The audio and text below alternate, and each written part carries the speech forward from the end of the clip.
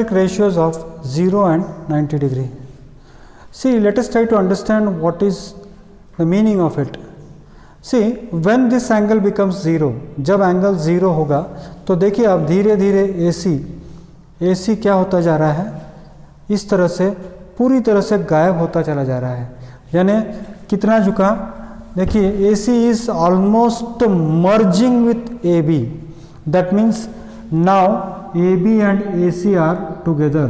यानी opposite side is not at all there. Opposite side does not exist at all. And in that case what we say is sin 0 doesn't exist या sin 0 is 0, क्योंकि sin का मतलब होता है opposite by hypotenuse. या opposite side ही नहीं रहा तो हाइपोटेनस का कहीं सवाल ही पैदा नहीं होता है. इसीलिए sin 0 की वैल्यू 0 होती है और कोसेक 0 की वैल्यू होगी इन्फिनिटी, बिकॉज रेसिप्रोकल ऑफ 0 क्या होता है, हमेशा इन्फिनिटी होता है. सर cos 0 क्या होगा, cos 0 होगा 1. क्यों? क्योंकि आप देखिए कि ये जो बेस बाय हाइपोटेनस, दोनों बेस और हाइपोटेनस, यहाँ पर AB भी है और यहाँ पर AC भी है, यहाँ पर AB भी है और इसी लाइन के ऊपर AC भी है. यानी base by hypotenuse they have become same, एक धरातल हो गया इनका. यानी cos 0 हो गया 1 तो sec 0 भी होगा 1 का रेसिप्रोकल 1. tan 0 होगा, tan का मतलब होता है opposite by adjacent. Opposite side 0 है तो 0 by opposite by adjacent side है, तो अपोजिट बाय tan 0 कितना होगा, tan 0 है अपोजिट बाय एडजेसेंट, तो अपोजिट बाय एडजेसेंट यानी tan 0 होगा 0. अपोजिट साइड ही नहीं है तो एडजेसेंट साइड क्या डिवाइड करोगे आप. और cot 0 होगा tan 0 का रेसिप्रोकल यानी इन्फिनिटी. यानी when theta tends to 0, when theta is slowly tending to 0, then sin theta will vanish because opposite by hypotenuse. cosec theta उसका इन्फिनिटी होगा. tan theta will vanish because opposite side ही नहीं है. तो इस तरह से जब थीटा 0 होता है तो sin theta 0, cosec theta infinity, tan theta 0 और cot theta 0 से केवल cos theta बच जाता है, जो cos theta की वैल्यू आती है, cos theta की वैल्यू है 1, बिकॉज बेस और हाइपोटेनस दोनों क्या हो रहा है, मर्ज हो रहा है.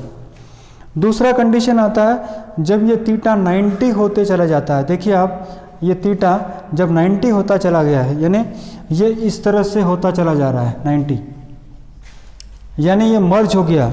ये A धीरे धीरे धीरे धीरे B के साथ मर्ज हो गया, यानी बेस गायब, बेस गायब.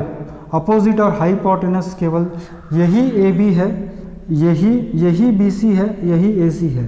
यानी sin 90 की वैल्यू है 1, क्योंकि AB और AC दोनों एक हो गए. तो sin 90 अगर 1 है बच्चों तो cosec 90 भी 1 होगा, because reciprocal of 1 is 1. Sir cos 90 क्या होगा, cos 90 जो होगा, cos 90 बेस ही नहीं है तो हाइपोटेनस से क्या डिवाइड करोगे आप, यानी cos 90 की वैल्यू होगी 0 और cos 90 की वैल्यू 0 होगी तो sec 90 की वैल्यू होगी इन्फिनिटी. कितनी होगी, इन्फिनिटी. नेक्स्ट tan 90 की वैल्यू, tan 90 का मतलब क्या होता है, अपोजिट बाय यानी अपोजिट साइड है ही नहीं यहाँ पर 0, तो या opposite side divided by base है ही नहीं, यानी फाइनाइट वैल्यू डिवाइडेड बाय 0, तो tan 90 की वैल्यू होगी इन्फिनिटी. हमारे पास अपोजिट साइड तो है मगर बेस ही नहीं है, सो opposite side divided by 0 infinity. cot 90 की वैल्यू क्या होगी, reciprocal of infinity, that is 0.